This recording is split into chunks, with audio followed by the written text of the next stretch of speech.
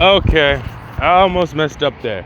So basically, this is how we're gonna do the story. Part three of what if Krillin took his training more seriously. Originally, I thought it was 3 years, but now I realize that it was 5 years apiece, if I'm not mistaken.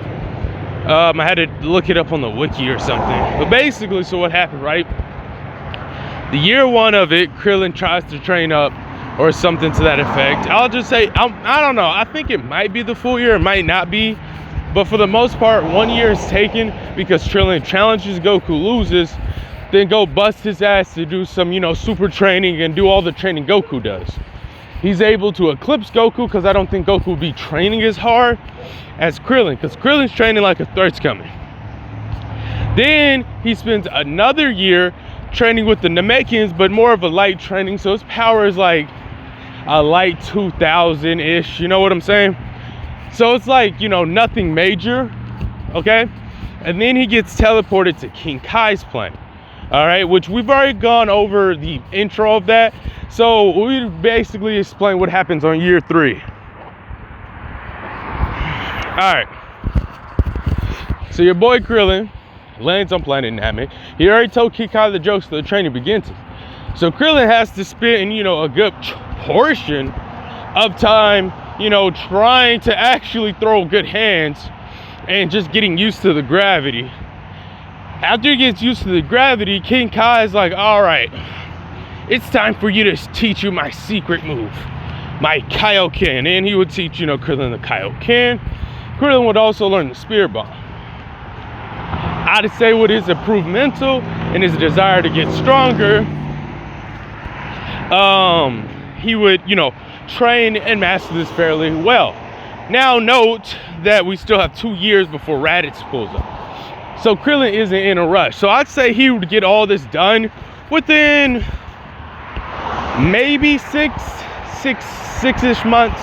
The reason I say this is because Krillin is a lot stronger than Goku was when he started his training. And on top of all of this, Krillin is already not focusing heavy on his power because he knows that Saiyans get Zenkai boosters, right? So if him and Goku kept fighting back to back, Goku would eclipse him just by literally fighting him. So he needs to develop, ki control in other aspects. This is my justification for making him do this early.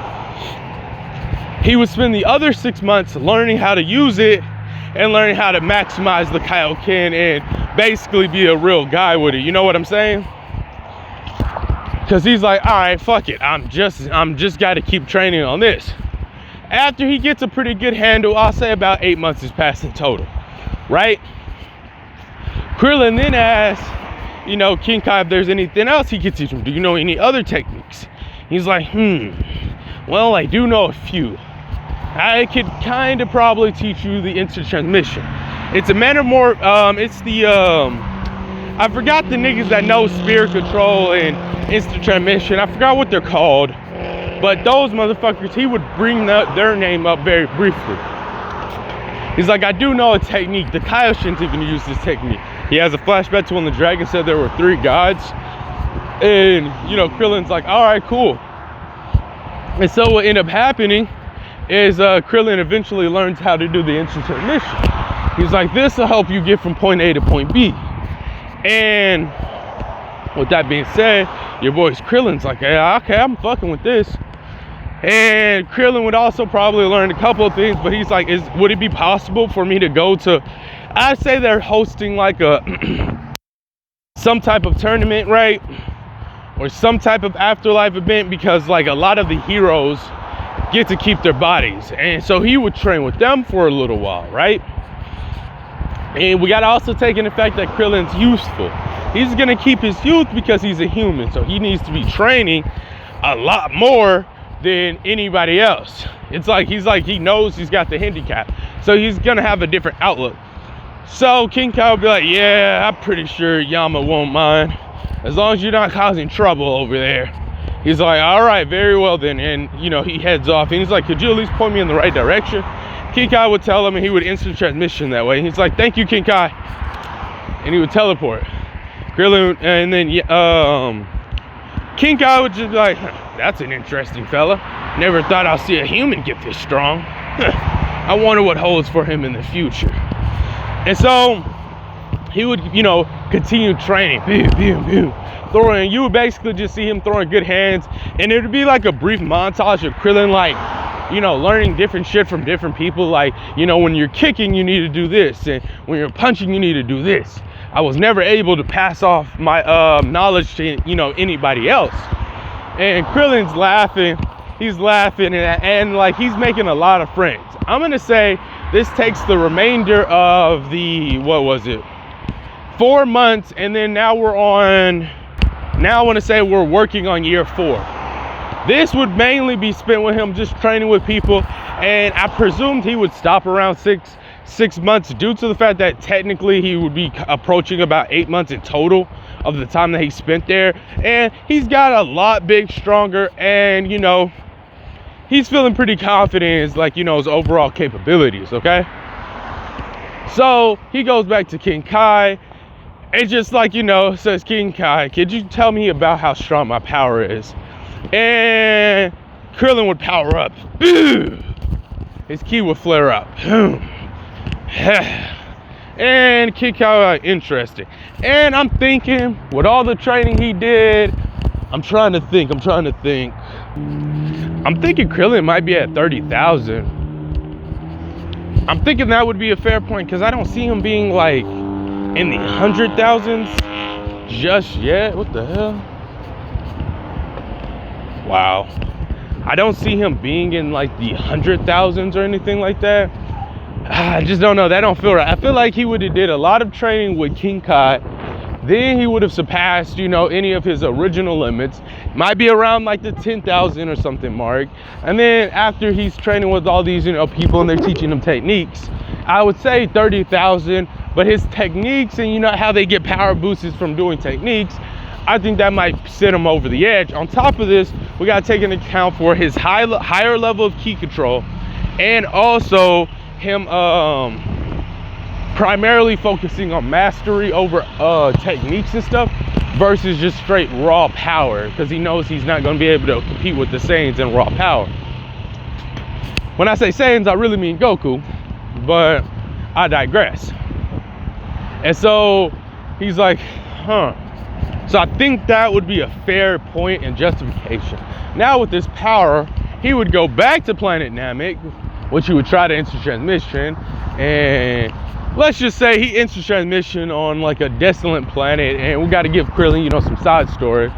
And there's some unique individuals, no one named in particular, but people, you know, claiming we're doing this for the we're part of the Frieza Force, so you better act right or you're gonna get fucked up or some shit like that. And Krillin smirks. He's a little cocky, but not like really cocky. And he's like, oh please, he senses their ki, your power level's low. He doesn't say this exactly, but he's like, this is gonna be quick works. And so what ended up happening, right, is that Krillin, just like, you know, they're like, huh, what do you think you're gonna do with a power level of mere 500? If you don't know, bucko, our power levels are in the 2,000s and 300s, which as he's sensing it, he's like, huh, they're around the same power of the Namekians. I feel like he would say like an endearment name, but I digress, right? So with this being said, Krillin laughs as he begins to power up, and he's like, huh, I'll show you what real power looks like. And he powers up ever so slightly. Immediately, he's at clean 10,000. They are terrified. They're like, what? What are you? Who are you? He's like, simple. I'm the guy that's gonna kill you. As he charges up a Kamehameha.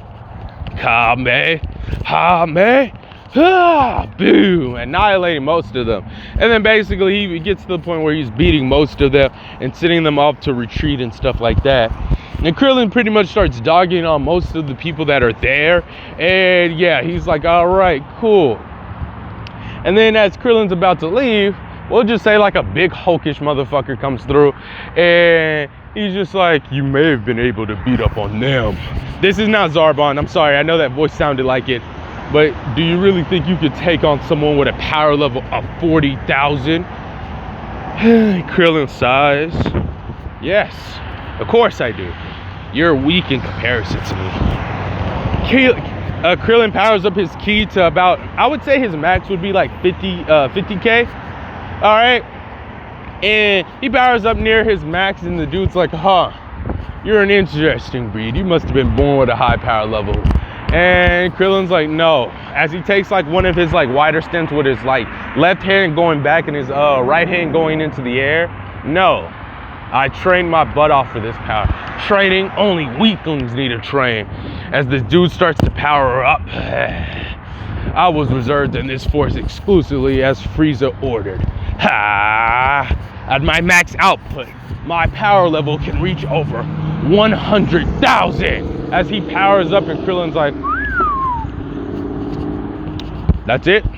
Krillin's like, I know you're probably cowering in fear right now, but don't worry, I'll make your death quick. Krillin's like, well, I wanted to save this for Goku or somebody, but I digress. All you hear as the screen starts to fade black is Kaioken times 2. You know that like Kaioken noise? Yeah, you hear that. Destructo. I think he would make up a new move, but it'd just be like Turtle Wave Explosion. Boom. And like a mini crater would be left. And you'd just be like,